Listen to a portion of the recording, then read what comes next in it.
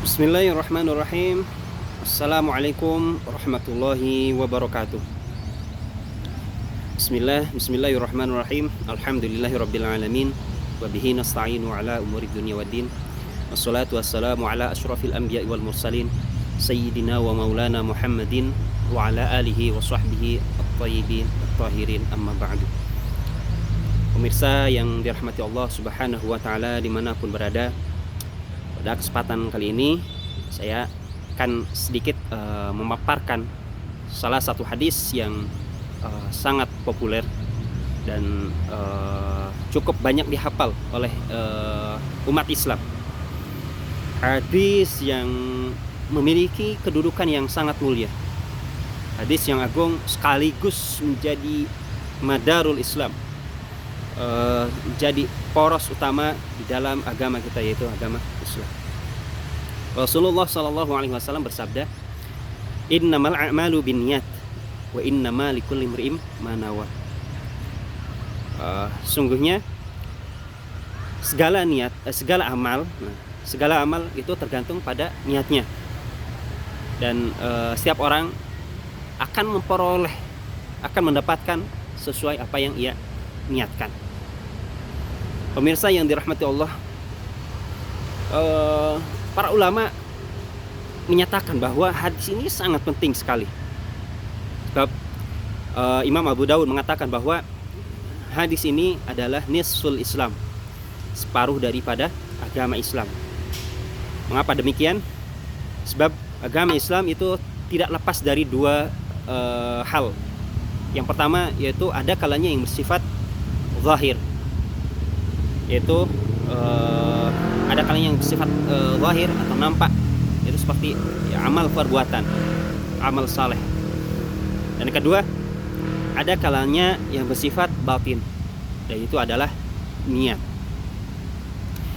Bahkan Imam Ahmad dan Imam Syafi'i rahimahumullah menambahkan bahwa hadis ini itu mencakup thuluthul ilmi, yaitu sepertiga daripada ilmu.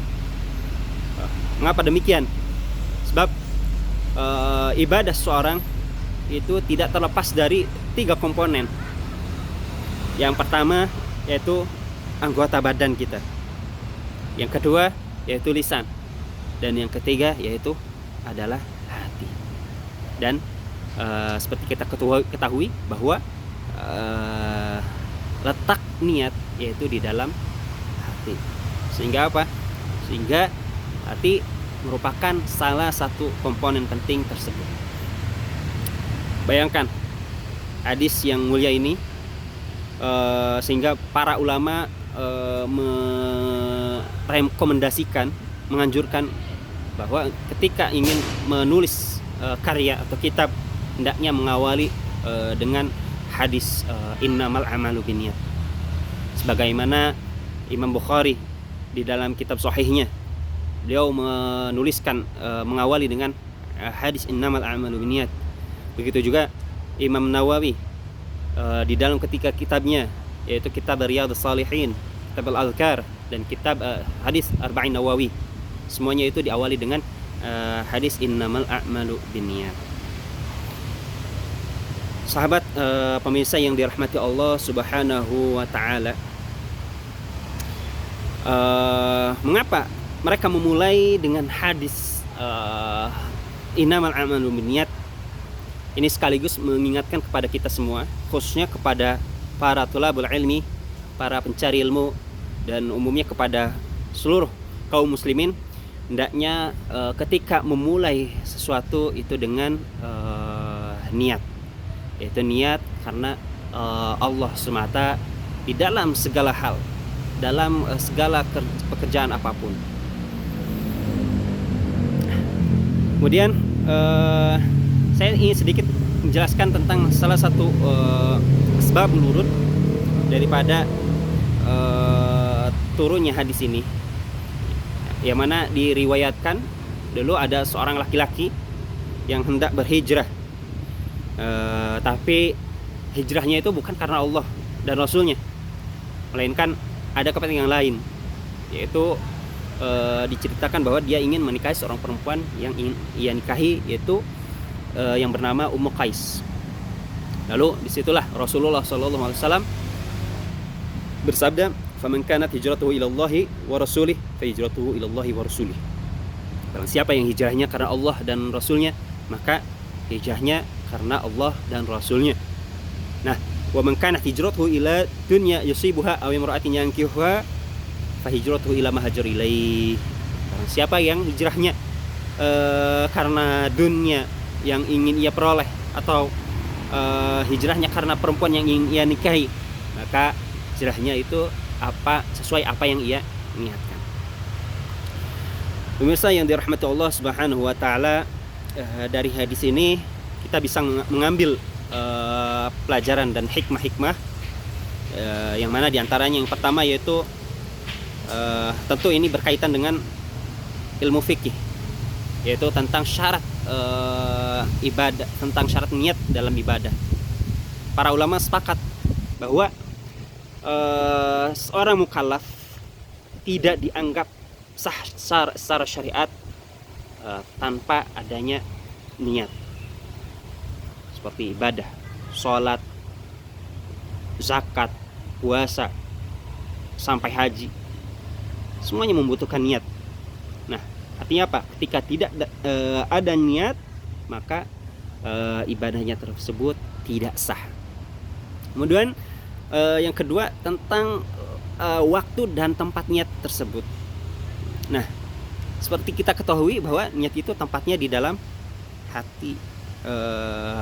Adapun untuk melafalkannya itu tidak wajib. Kemudian waktu niat itu adalah di permulaan ibadah. Seperti dalam sholat, awal niat itu ketika takbiratul ihram. Kemudian seperti dalam puasa, niatnya itu sebelum waktu fajar terbit.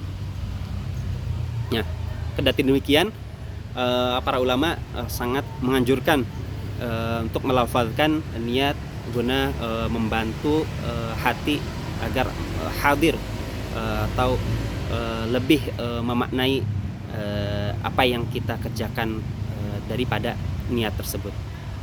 Kemudian hikmah yang ketiga yaitu tentang keikhlasan. Nah, ini adalah pesan inti dari hadis tersebut. Karena apa? Karena keikhlasan adalah ruh daripada setiap amal. Amal tanpa keikhlasan bagaikan jasad tanpa ruh. Nah, begitupun niat tanpa amal ya bagaikan ruh tanpa jasad. Ini kita ambil dari salah satu syarh hadis yang ditulis oleh ulama yang bernama Syekh Mustafa Al-Bagha. Kemudian hikmah yang keempat yaitu tentang pentingnya hijrah. Jadi ketika dalam konteks seorang muslim dia merasa kesulitan untuk menampakkan agamanya, artinya dia merasa kesulitan dalam melaksanakan ibadah, maka dia wajib hijrah dari tempat tersebut menuju tempat yang lebih nyaman untuk beribadah. Artinya dalam konteks dari negara kafir menuju negara muslim. Dan yang terakhir hikmah dari hadis tersebut yaitu tentang pahala niat yang baik. Nah, barang siapa yang telah berniat kebaikan, kemudian setelah dia ingin melaksanakan, tapi qadarullah dia mendapatkan uzur syar'i, artinya dia tidak sempat melaksanakan perbuatan tersebut, tapi Allah sudah mencatat amal baik tersebut. Karena apa? Karena adanya niat. Bayangkan betapa mulianya, betapa besar rahmat Allah terhadap orang yang senantiasa menghadirkan niat dalam segala aktivitasnya. Pemirsa yang dirahmati Allah Subhanahu wa taala, itu ini menjadi bahan refleksi bagi kita. Mungkin setiap hari kita melaksanakan aktivitas kegiatan seperti ibadah, sedekah, bekerja, belajar. Nah, yang jadi pertanyaan, apakah semuanya itu sudah kita niatkan karena Allah Subhanahu wa taala? Nah, mari kita sama-sama kita latih diri kita untuk selalu meluruskan niat kita semata-mata karena Allah Subhanahu wa taala.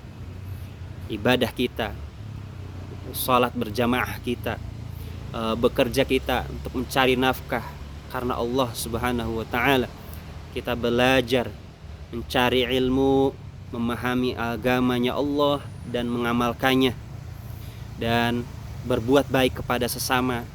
Tentu kita harus niatkan semata-mata ingin mendapatkan ridha Allah Subhanahu wa taala.